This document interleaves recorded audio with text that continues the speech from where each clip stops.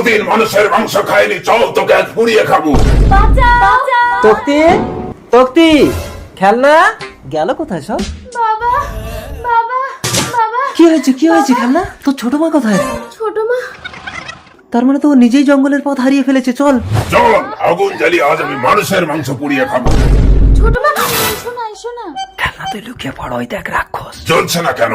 তাড়াতাড়ি চল। মারো মারো মারো। ইয়াহু! বাবা খেলনা তুই আসিস না। অপরূপ সুন্দরী নারী, আমার কতদিনের ইচ্ছা মানুষের সাথে বিয়ে করবো। আয়! তুমি আমার বাবা মাকে ছেড়ে দাও, তাহলে আমি তোমাকে বিয়ে করব।